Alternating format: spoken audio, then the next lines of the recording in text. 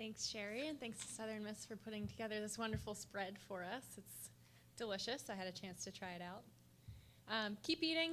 I'll keep talking. If you glance up at me every once in a while, I'll consider it a win. So folks really close to me, you have no choice but to look up. So I'm going to spend about 45 minutes while we're eating lunch today just talking about some of where we've been with Blackboard Learn, where we're going with Blackboard Learn, and as Sherry said, the short term, and then look a little further out. So I'm really happy to share this information with you, and we try to do this as often as possible with our clients, whether it's a one-on-one, whether it's us working with a client directly, or in situations like this where we get to talk to a lot of people all in one place. So what we're going to look at today, while it is, there are resources assigned to it, and it is mainly in development, and we'll talk about some of that through the crux of this year, they are forward-looking statements. So if we may deliver more, we may deliver less, the timelines might change. But want to give you a good idea of where we're going and what we're looking at as far as product strategy for Blackboard Learn.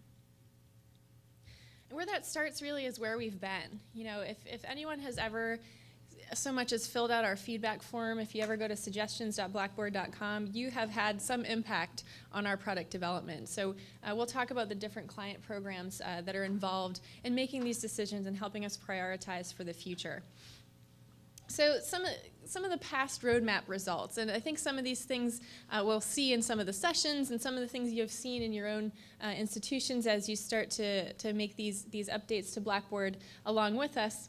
So we share this in settings like this to really help you plan and to help you understand how your feedback gets implemented. So if you look at some of the past roadmap results, grading efficiencies, and the rubrics tool, a direct result of one of our faculty product development partnerships. Some of the more administrative features of the SIS integrations and support for the most recent standards within the platform. So all of these things, working with our clients, making sure that your feedback is actually being implemented as we move through the development process. So some of the things we'll see today, I keep looking behind me. I know I have the slides right in front of me. So some of these automatic regrading and things that are a part of the platform today, how we've continued to build on those. We'll look at the new HTML editor that's coming in Blackboard Learn, very exciting. And then some extra credit items, so things that we didn't talk about, in the last year as we made these roadmap presentations, but that we managed to get in, a sort of extra credit. So when we talk about auto submit of timed assessments and some of the teaching learning efficiencies there, even as simple as grade color coding, the things that we can continue to deliver to make your lives easier as an instructor, as a student, and as an administrator or trainer of Blackboard Learn. Okay, so some of these key topics that we've been talking about for the last 18 months that came to fruition through the most recent releases of Blackboard. So our performance overall, we like to grade ourselves. If you ever see Ray Henderson, our president of academic platforms, he likes to put up that grade. So we planned 12 items in the past 18 months. We delivered on 10 of those 12, but we picked up an additional 8. So overall, we generally give ourselves, I think, a B+. But we always are looking for feedback on how you think we're doing as we start to develop these new features that we'll talk about shortly. So how do we get this information? How do we get this feedback? How do we get this input from our clients? Comes from a variety of areas, right? So something as basic as filling out a suggestion form, listening sessions, 2,400 feedback tickets just for this latest release. Over 600 clients contributed to the latest release with new features and functions, Service Pack 8. So again, really impactful to be working with clients like you on a day-to-day basis. So one of those great strengths is just the group in this room, right? The size and the knowledge of our client base. So as we define that product strategy and we execute on it, we look to that client base to direct that. So some of the client programs you'll see up behind me, and it's actually arranged according to the level of time commitment and energy commitment that you're putting into these programs. So all the way to the left-hand side, your left, yes, your left, surveys. So something as quick as, I'm a teacher, I'm a student using Blackboard. How would you like this workflow to work? How do you interact with your peers? Quick surveys that I can fill out, quick feedback forms. We also have what we call product development partnerships. So as we continue to develop we can involve our clients in saying, sit down with the product designers and say, is this tool how you would expect it to work? What else should it do? How would this workflow work better for you in your day-to-day teaching and learning? So all of these client programs really help us gather that information and provide direction and strategy for our product. So one of the big things you'll see is also a significant investment in sort of the automation of this quality and quality assurance testing. So our main goal is always to provide a quality release for each service pack release. So if you're familiar with our release process, approximately 4 times a year, we'll come out with a new service pack release. And what that means is, if it's an even-numbered release, you're getting new features, functions, innovations on a more regular basis than you may have been used to in the past. In the past, you may have been waiting, a year, 18 months for some major release that required a lot of change management and preparation, where now we're more rapidly innovating, but we're providing that innovation in more easily manageable chunks. And our even-numbered releases are focused strictly on maintenance and workflow enhancements. So as you start to see these and support for the latest browsers and things that your students and your faculty are looking for in a modern web application. So with that, we actually have over 50% of our clients on a release that's less than a year old, or just over a year old. So we're really able to focus our efforts on supporting you as that client base and making sure that your experience and our level of innovation is continually increasing, as well as our level of client satisfaction. So that's a quick overview of where we've been, how we got there, how you help us get there. And then we're going to take a look at where we're going. So again, some of these, all of these things that we'll talk about as part of our product roadmap, timelines may change, but take a quick look at our strategy direction. We'd love to hear your feedback about where you think we're going and what you think of these sort of product plans. Okay, so I'm going to start someplace near and dear to all of our hearts, I think, teaching and learning efficiency. What are we bringing to bear in the ways of the normal, everyday, fundamental pieces of Blackboard Learn in the teaching and learning experience? So the first is, how many folks have used the content editor in Blackboard Learn?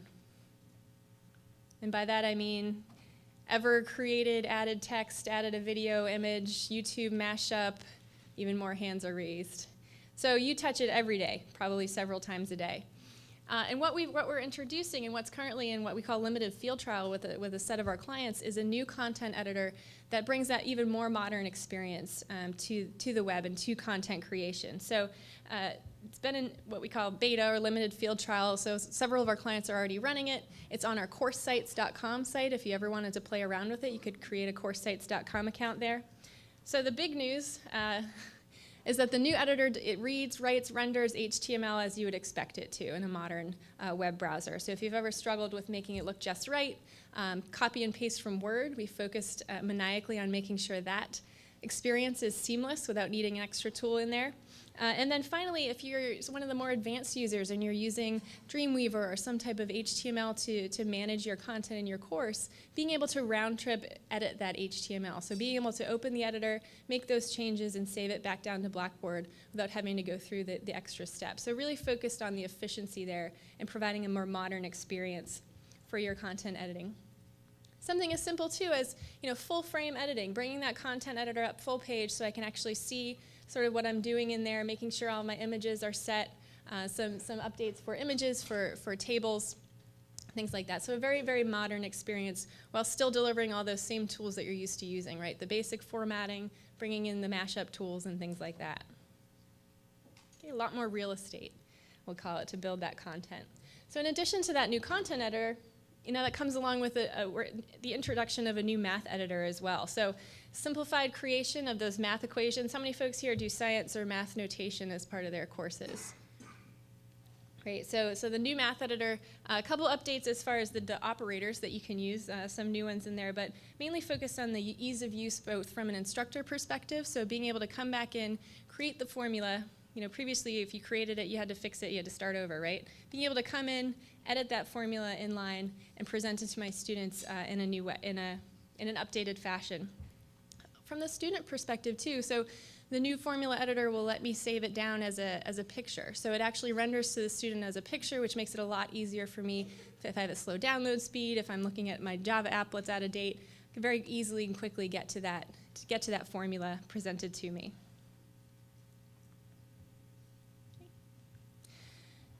Something really, really specific and narrow. How many folks use the fill-in-the-blank question type today? How many possible answers are in each fill-in-the-blank question type? 5 answers, and I have to enter them all myself, right? So updates to that fill-in-the-blank question type. So expanding the range of possible answers to not just exactly matching, what I might have thought of my students putting in those 5 or 6 different, all the way up to 20 different answers. So actually being able to say, okay, does their answer contain this keyword that I'm looking for? Does their answer match the first string? So using regular expressions to really expand that opportunity and cut down on my time in creating the question and actually allow me to assess my students in a more streamlined way with the understanding that it's not always going to be exactly what I have professed them to or expect them to answer. So being able to case sensitivity and add those regular expressions, if you're familiar with the use of those tools, really expands that to a vast range of possible answers for my fill-in-the-blanks. Okay, I'm actually going to pop out of this right quick. So as we start to talk about the next few items here, I'm actually going to pull into we have what we call a demo site. So we have some of these mock-ups already sort of created for you to share. So I'm going to walk through the next couple items almost sort of live. Still understanding that these are roadmap items, but I think it makes a lot more sense if we're looking at them in context. So the next sort of big topic here is how many folks look at your Blackboard quizzes today and look at how many times a student selected a specific answer. You have some basic statistics in there as far as how many times question A got picked over question C. Have you ever looked at that information in a test or a quiz? How many folks need to see this kind of test item analysis as part of their assessment creation process?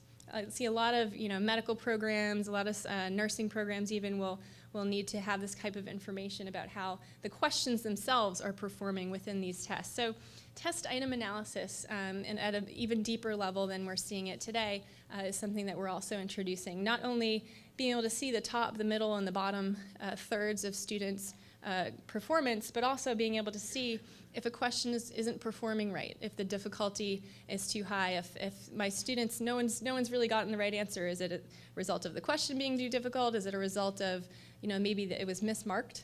Anyone, I'm sure no one in here has ever done that, but potentially mismarked question, really being able to bubble those up to the top and take action on those in a quick manner.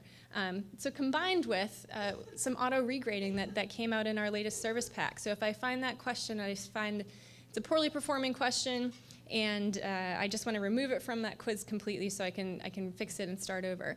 I can delete the question from the quiz, and it will automatically regrade those student submissions instead of going one by one by one. So auto regrade, something available today. The item analysis builds on that and helps me manage at the question level that type of information.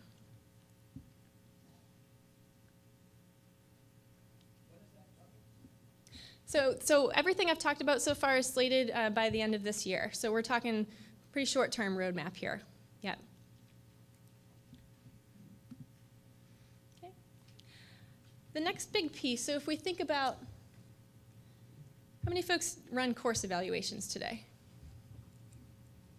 I'm going to say a lot. Use that as part of your indirect assessment, see how students' attitude is towards their learning, maybe survey some alumni, get some information from them. So this course surveys and enterprise surveys and course evaluations tool is actually used to be part of what we call the Blackboard Outcomes Assessment module. So we're focused on bringing some of these core teaching and learning items into the main license, and this is one of them. So being able to release an enterprise-wide survey, to my students, to my student body, to different constituencies.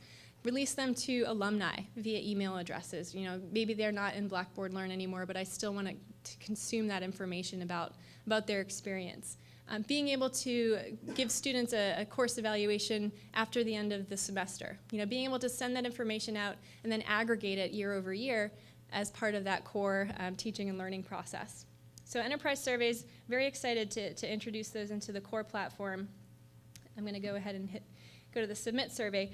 And then, so being able to build those surveys yourself, being able to add questions, say which questions are required and complete, but on the other end, having a simple and accessible way for my students to come in and take the survey, because it's not going to make much sense unless I have that response rate, right? So the mobile experience, having them come in and take that survey on their mobile phone and quickly and easily pull it up, have it be part of that course environment, and have them know that it's going to be an anonymous survey. So all of these things coming together in this enterprise surveys and course evaluations tool.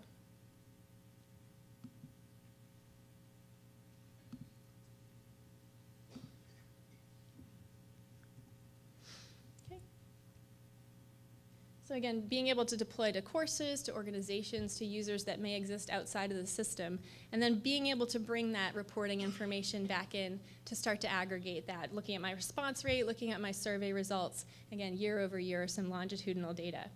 And then, of course, exporting to Excel, SPSS, or what have you for additional information. How many folks use rubrics in Blackboard Learn today? How many folks use the learning outcomes that came with Service Pack 8? Come talk to me later about learning outcomes.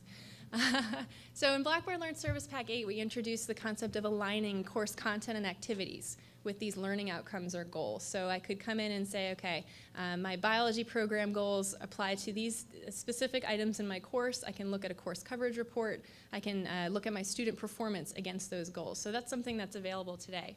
What we're looking at here is aligning those to the tools that I'm using to assess my students. So being able to align those learning outcomes to the individual lines of a rubric, for example. So not only do I get an idea of how my students are performing based on the rubric, but I can also use that rubric evaluation to pull information about their performance on those learning outcomes. So getting even more specific and really positioning us to be able to get deeper into that information that we're already using, those tools that we're already using in the course.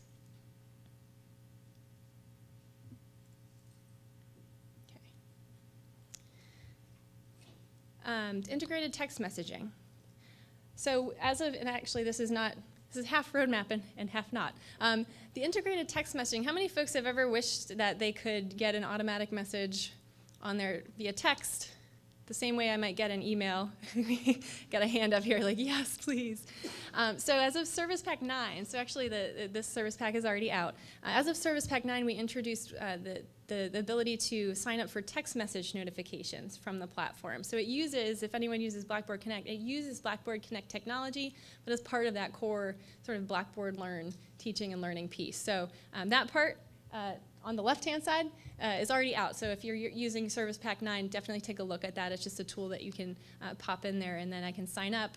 My students can sign up. I can get emails, or I can get, scarily enough, students are not checking their emails these days. I can get text messages as well for those activities and items that are triggered in my course to send me messages.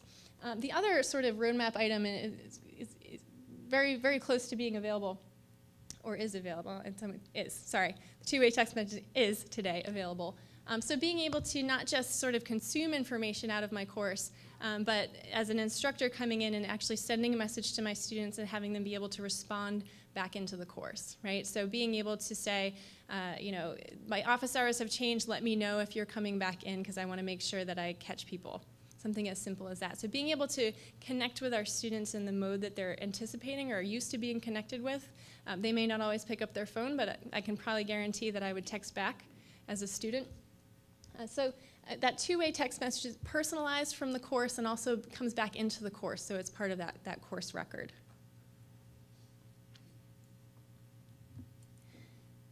Okay, quick update. How many folks use the Blackboard Collaborate tools today? I know I talked to a lot of folks over there. So some of those updates related to specifically to Learn, and also the release of that mobile application for Blackboard Collaborate. So if you get a chance to take a look or download that Collaborate app, being able to participate in a web conference via your iPad or your iPhone is available now. The other nice part is the Blackboard building block for Collaborate has been updated. So if I, as a student or as someone that's participating in a course or an organization, come in and there's a guest lecturer, for example, and I can come in and participate in that live session. So the building block will let me say that I have attended, and it'll actually mark my attendance just by having attended that live session. So I get a check mark in the grade center that I attended. The nice part about that is if I wasn't able to attend, and then I have to come back later and watch the recording. Once I've watched the recording, it will check off my attendance in the grade center. So I have a record that that person has viewed and has participated in that session. So a really nice update in the integration between Blackboard Learn and Blackboard Collaborate. Okay, so what we just saw, so I'm sort of doing this in sections. So what we just saw is looking at some of the teaching and learning updates, those sort of fundamental, basic things that we're introducing into the course, that we're bringing down into that main course teaching and learning experience. The next part that I'm going to talk about is sort of a brand new experience from Blackboard Learn. So it's two-parted. It's my Blackboard and social learning. So I'll walk through some of these areas, and again, we'll go into sort of the more live mock-up so we can see the actual experience for there. So my Blackboard and social learning are the two pieces that are being introduced. They're both driven by that goal of making Blackboard Learn more learner-centric. So we heard a lot about, we want ad hoc communities. We want to be able to establish a presence. Again, feedback from our clients, feedback from our students and our faculty. So being able to, instead of popping in and out of courses, actually consume all of that information in one place and decide what I need to do that day based on that information. So giving it to me in a consumable way and a personalized way. So we're gonna talk about my Blackboard and social learning. Let me pull that back up. So the first thing you'll notice, I think, is this sort of overlay page, right? So a lot of what we'll see is information that has been available on Blackboard, but the way that we consume it has changed, right? So I like to ask this question when I do this. If I am on Facebook, or if I have an app open on my phone, and I see a red dot at the top of the screen, what does that mean? Say it louder. Notification. Something's new, something's happened, someone's trying to reach me, right? So this is the model that our students are coming to school familiar with. So when we talk about, firstly, sort of that navigation through the system and understanding what's happening in my courses, that's when we start to talk about this top right-hand section on the global navigation. And I'll start there, and then we'll talk about some of the personalization. So the global navigation, so this overlay actually prompts students, because it is a new sort of experience, prompts students to go check it out. What's new? Where can I find information about my courses? So if I come up here to the top right, I can see, I have my little avatar there, and then I can actually see the different areas that I'm involved in and where there might be new information. So again, information that I might have been able to get to before in my What's New module, in my To Do module, but things that are easily consumable and navigable for me to get to. So I see my courses. I see the organizations that I'm involved in, so outside of that context of a specific course. And we'll talk about the spaces, so a whole new sort of concept of being able to gather people together and share information in this form of social learning spaces. I'll pop over to my profile. So you saw that global navigation is based on me, who I am and what I'm involved in the platform. So when I come over here to look at my profile, I can actually see that information about myself. So instead of just being an avatar and an email address, I can start to say, okay, here's a little bit more about me, or here's how I want to connect to other people. Here are my interests. So as Sarah Johnson, I'm looking at my own profile here. I can pull in my profile from Facebook or Twitter, so I already have that information available to me, or I can choose to create a profile that's specific to this academic context. So when I come in, I can have my picture, I can put information about my interests and my major areas of study, a little bit about me, and of course can set my privacy options. So I can say no one can find me. I'm hidden from all sort of context. I can say anyone that I share an academic context with. So if I'm in a course with you or an organization or a social space, we can connect. You can find me. Anyone in my institution. So if I want to be able to connect across the institution, whether you're a faculty member or a student, you all can discover me. And then because this is cloud-based, I can even say all Blackboard social users. So if I'm working with someone, or if I know someone in another school that's using Blackboard, I can connect to them to start to create my academic network. Okay, so this is cross-institution even possibilities. So as Sarah Johnson, I can come in and really establish who I am in this academic setting. We'll come back to my Blackboard. I think it'll make more sense once we start to look at these different tools.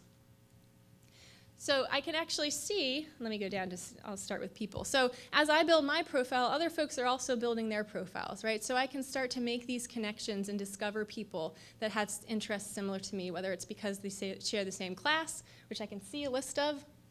On that left-hand side, I can see a list of people in my classes, in my organizations, and in my spaces.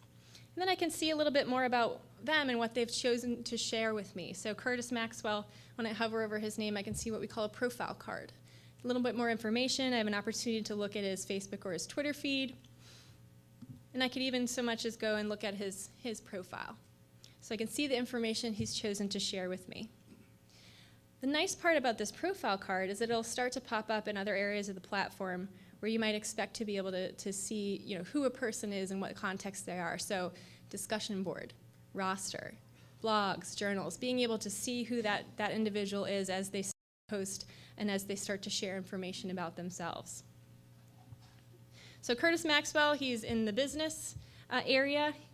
He's interested in biology, and he's the year of 2014. Those are his tags underneath there. He says he's an aspiring A+ student. He loves music, art, and long walks on the beach. I did have a client joke that we should add to our analytics tool that how many people meet their significant other through this tool. Becky, if you're listening, we'll put that in. But so some specific information, again, whatever I choose to share, and then even in the context of a course, I can start to have that personalized experience. I can see who these people are that I'm interacting with. Very important, whether you're supplementing or whether you're fully online, even. So as these folks are building and establishing their presence and establishing who they are, I can start to connect with them. And what we heard from our clients was, the courses and even the organization environment, they're very formal. They're very they're areas that are provisioned for me, right? There's always some way that I have to sort of ask, can I build this community? Can I have all these tools available to me? So what we heard was, especially from a student perspective, we wanted an opportunity to create ad hoc learning spaces. We wanted them to be able to pull up a chair around a table, no facilitator really, just them working on a project or having a discussion about a topic of shared interest. So the social learning spaces are there for just that in sort of the online world. So as my students come in, they can create and they can manage their own spaces. They can share information. We'll see where those types of topics start to show up in their posts. We can see a stream of information of what's happening in those different areas. So in this case, I'm a manager of the Math Society and the Computer Science Project, and I'm a member of the Chocolate Lover Club, which I am. So I can really start to have those type of ad hoc communities that aren't necessarily formally applied in the way a course might be, sent over from the student information system, much more informal, casual areas for students to gather and share information. Okay, so I'm going to come back up here, and I think this is going to make a little more sense once we've looked at some of the tools that are available. So when we talk about, again, going back to the individual's experience in Blackboard, talk about my personal experience. The My Blackboard, as we call it, really helps aggregate all of that information about everything that's going on across my courses and across my organizations and things that I'm involved in, and present it to me in a streamlined and a condensed way. So again, information that's available in the platform today, but presented to me in a way that I want to consume it. So I can see on my Blackboard, I can see what's past due, I can see what's due today. I can see what's due this week. On the right-hand side, I can see things that are recently graded. So across all of my courses, what are my new grades? Not one by one by one. So again, gathering all of that for me in one place. And then the people that I follow, the people that I'm connected with, the people that are making posts in my courses, being able to quickly and easily move through these and decide what I want to participate in today. Being able to collect those in one place and say, okay, here are all the posts that I'm looking at, here are the posts from me, and then actually being able to participate and jump quickly and easily to that specific discussion or to that journal or to that shared blog that's going on in that course. So again, central area for me to collect all of this information and consume it.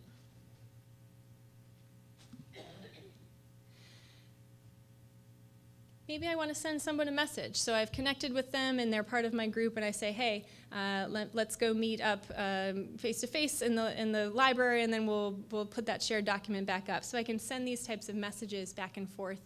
Again, because it's cloud-based, I could potentially be connected to someone in another school saying, okay, did you want to meet up on that specific topic? And then we can exchange messages that way if I'm discoverable by them.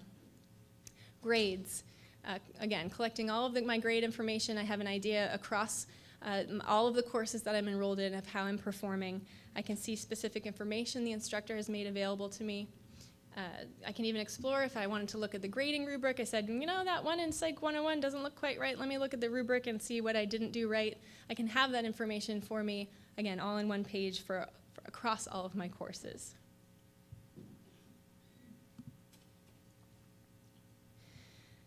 And then finally, updates. If you think about the notification settings that I might set, getting an email, getting a text message, updates are the same thing. So being able to say, okay, what has happened in my courses in the last X number of hours or minutes? Again, collect it all in one place so I can see if there's a new assignment posted, I'm going to go straight there and start working on it.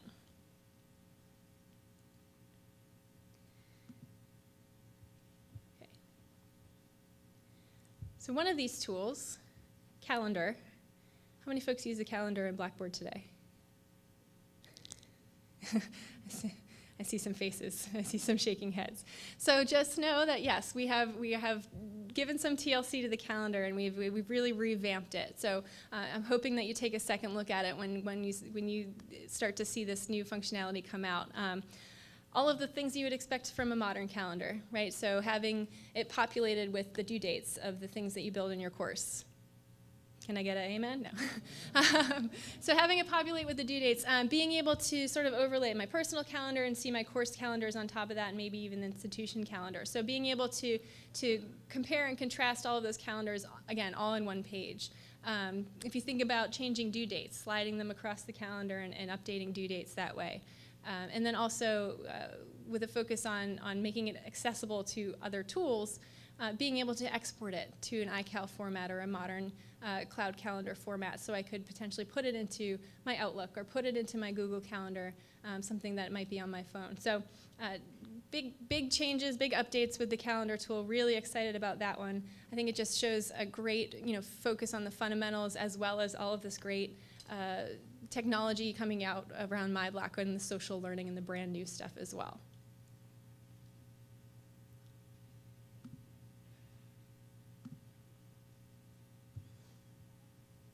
Okay, so what did we just see? We saw global navigation, right? So we saw the ability to really gather all the information that I need, whether I'm a student, whether I'm a faculty member, across all of my courses, and take action on it in a way that's familiar. Okay. We saw the ability to establish my own personal presence as far as creating a profile and being more than just a picture and an email address, being able to connect to folks across the institution, potentially across institutions with my academic network. We saw some basic information about my Blackboard, being able to collect all that information in one place and take action on it or take note of how I'm performing across all of my courses, as it were. From an instructor perspective, being able to see who it is that's posted a discussion board, who's listed on my roster, who I'm connected to in an academic setting. And some of those ad hoc spaces for students and for really any Blackboard user who wants to have a less formal, less structured way to connect and collaborate with other folks across the institution. With the potential of posting and sharing information within that context. We talked about messages, so again, being able to connect to others, send messages, see where my new messages are and who's tried to contact me. Stream of information, so again, asynchronous information about what's happening in my discussions, what's happening in my journals. Talked about calendar updates. And we talked about sort of that feed of updates from my Blackboard. Again, collecting all of this information in one place so that I can really quickly and easily take action on it. So one thing that we didn't see, and this is a little further out than the other pieces that we just looked at, is the presence and IM part of it. So it's a natural, once I have established my presence online, I can share information, I can see who people are, it's natural that I want to also connect with them synchronously, right? So being able to understand who's online, get at them quickly as part of that connection into the platform. So great tools today already. Blackboard IM, being able to see populated with all my courses, populated with people I'm in organizations with. I use it at Blackboard. It's a great tool. So being able to further that, you saw some of the attendance pieces in the building block for the web conferencing, being able to make those further connections into the platform using those tools. But understanding that you might not always be using a Blackboard tool. So making sure that API is open to be able to plug in other chat tools as it might be into that present system. Okay, so in a nutshell, that's my Blackboard. So really focus it again on responding to the feedback that we got, the learner-centered environment, the ability to have a little more flexibility on how we're collaborating and with whom we're collaborating, and being able to connect to folks not only in my institution, but potentially in other Blackboard institutions across the US or the globe, really. Okay, so we're just back at that overview page.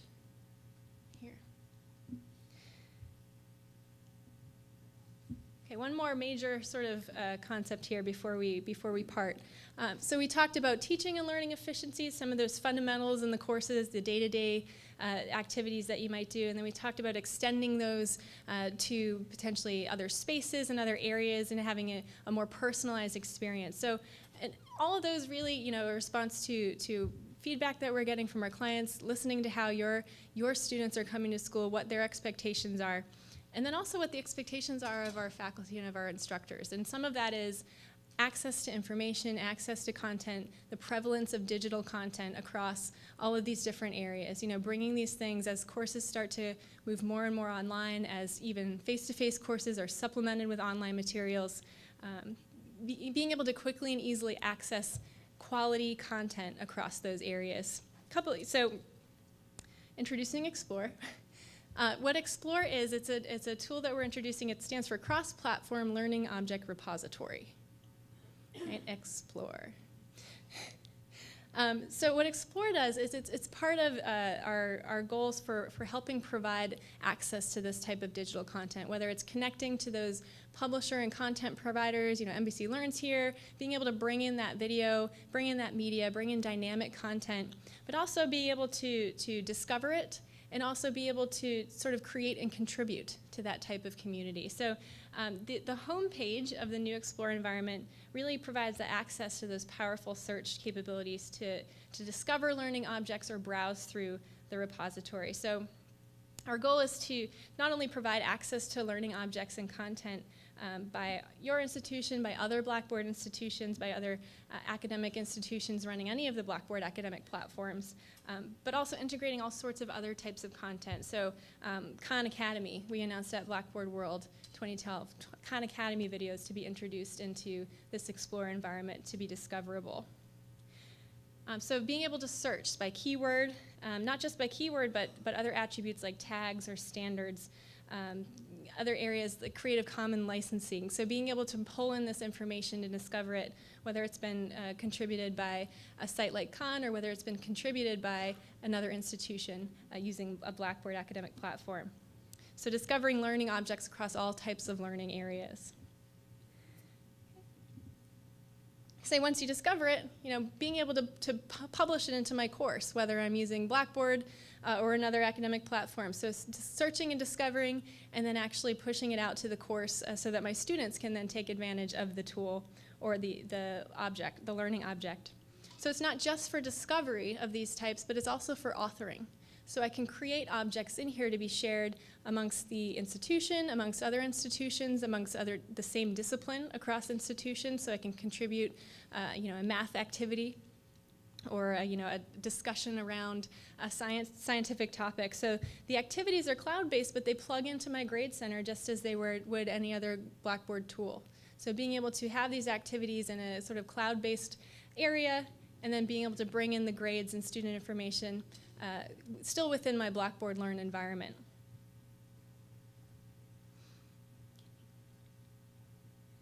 Okay, just a quick example. So having having these assessments built and created in Explore, having them shared across Explore so that I can access information that may come from someone else that said, this discussion has been really helpful to me in my Intro to Psychology course. I want folks to share it and use it in their courses as well. So being able to bring that in just as you would any other tool in Blackboard and have it display as part of that cloud-based environment.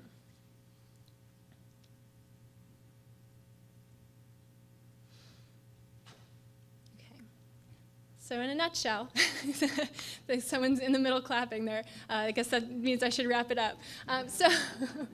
So I hope that was helpful. I hope it gives you an idea of where our thoughts are, and I hope they're aligned with your thoughts, whether it's in the teaching and learning aspect, whether it's in the content creation and reuse. That's a big area of discussion these days, and sort of bringing in digital content and where it lives and how to bring it in and how to easily work with it.